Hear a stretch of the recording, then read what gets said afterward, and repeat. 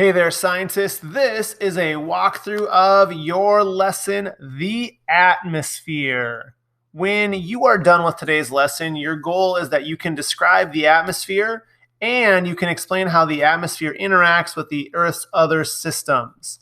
So this is a background video that gives you information about the Earth's atmosphere, including all of the Earth's atmospherical layers, if that is something that you are interested in and it's background knowledge that you want going into this lesson.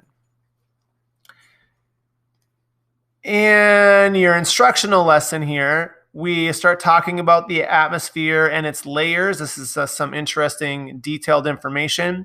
There's no definite boundary between the atmosphere and space. The atmosphere is divided into a number of layers which have different densities, temperatures, wind speeds, chemical composition, and other attributes.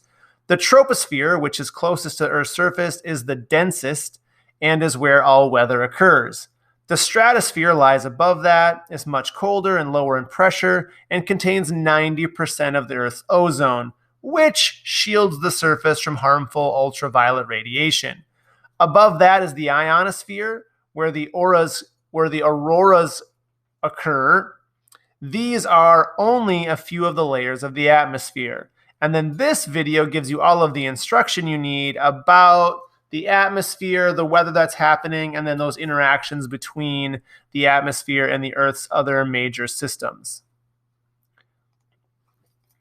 So in your activity this week, you're going to have to read this graph, and then you're going to have to use the spotlight at the right. So that is, when I go to edit mode, this spotlight here. And then you just drag it in and mark if you think that this statement, nitrogen gas makes up the largest portion of the atmosphere.